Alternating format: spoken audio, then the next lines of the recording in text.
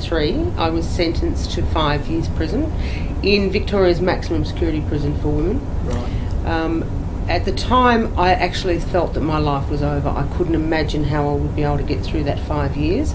I'd lost my children, they'd been taken from me, and my marriage was over. And I was probably at the lowest I could possibly be. I then had to make a choice very quickly on how I was going to survive this and how I was going to come out of prison and make my daughters proud again and make my life something that I could be proud of myself.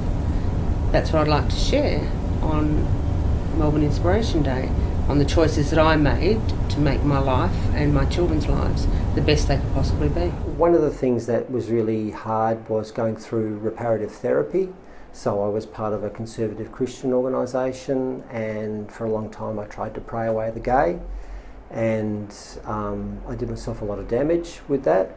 And part of my journey has been, I guess, kind of getting over that, moving past it and getting healed of it, but just accepting this, just who I am on the inside, and it's who I am, and it became who I wanted to be on the outside as well. And it was about my outsides matching my insides that really was the motivating factor for me to make such a huge change with my life. I was married, had 6 kids, had really a stable life, and a life that I loved, but I couldn't live with myself anymore, and I couldn't imagine my future just going on the way that my past had been. So it was about making some really hard choices in regards to that.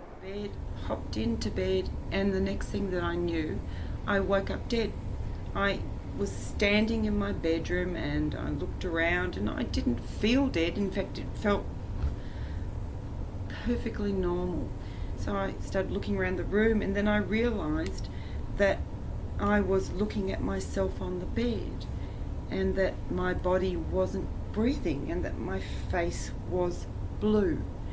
And then as soon as I made this realisation, I was kind of no longer there. So years ago, I struggled with depression, and I went to a psychologist, and he was like, "Oh, you need to go on these drugs to address your clinically diagnosed anxiety and depression." But I didn't really want to go onto the drugs, so being a scientist, I looked at other alternative treatments that were more natural. And that's when I discovered the importance of gut health, meditation, exercise. So on the day, I'd like to be able to share how I treated my anxiety and depression in a natural way.